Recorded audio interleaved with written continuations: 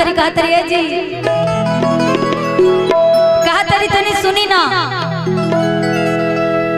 नया नोहर अभी बियाह के आइल बड़ी अपना सैया जी से निहोरा करा तरी कहा तरी रउआ सब चीज कैले बानी सब चीज का पेड़ लगीले बानी लेकिन एगो चीज के नहीं खेल गईले बड़ा सुंदर भाव से अपना सैया जी से कहा तरी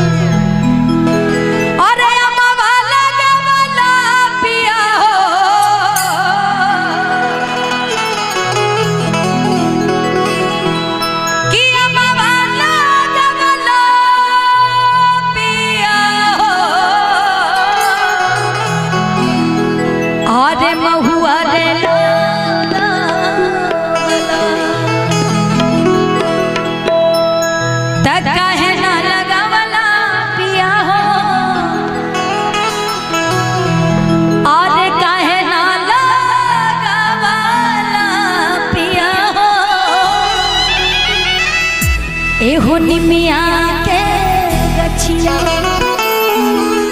अच्छा ये गाना तो जितना लोग हमार दादी चाची की उम्र के बाड़ी में लोग लेकिन अब ये जे लड़का लोग बा जे हमार युवा भाई लोग बा उ लोग का सोचेला अरे बुलेट पे जाओ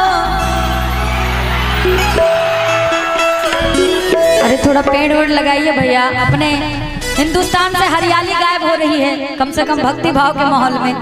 अब बुलेटिया तो ठीक है बा लेकिन ससुरा पेट्रोल भी बड़ा महंगा हो गई बा तो कम से कम हमके मालूम रहे तू लोग का चाहते रह लेकिन अब ये गीत के बाद है ना अब वाला गमला पिया हम हुआ रला गमला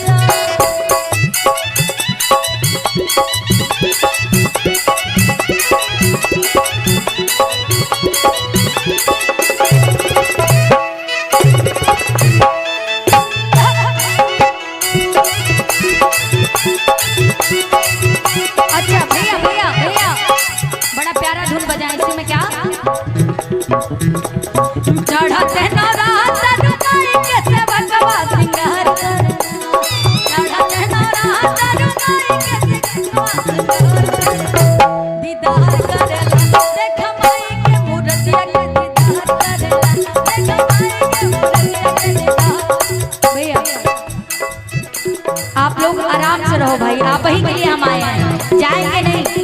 जब तक आप लोग रहेंगे तब तक हम यही रहेंगे। हमारे माई बहन लोग बड़ी तनी पूरा पूरा हाथ उठा ली, हाथ उठा के ताली बजा के। अच्छा लाइट जला भैया, जला दीजिए इधर का लाइट। चढ़ते नौरा हजारों माई के सेवकवा दीदार करा, चढ़ते नौरा हजारों माई के सेवकवा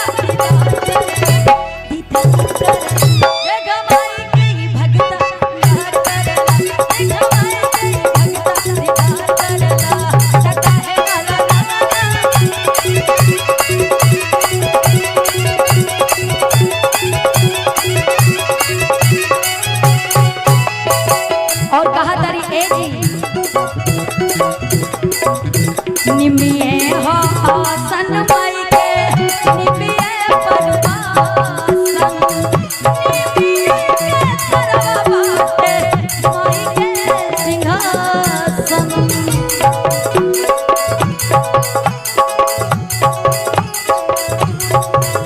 कहा तारी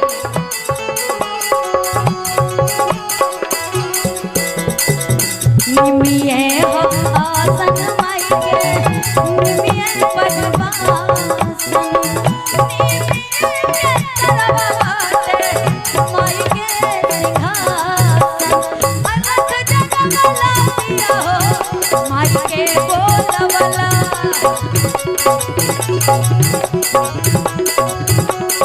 अलख जगमला दिया हो माई के बोलवला।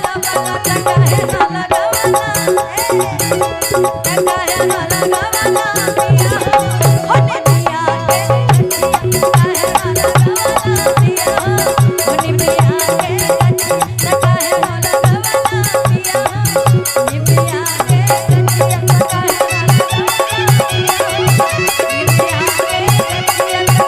लगवला दिया हो निमिया के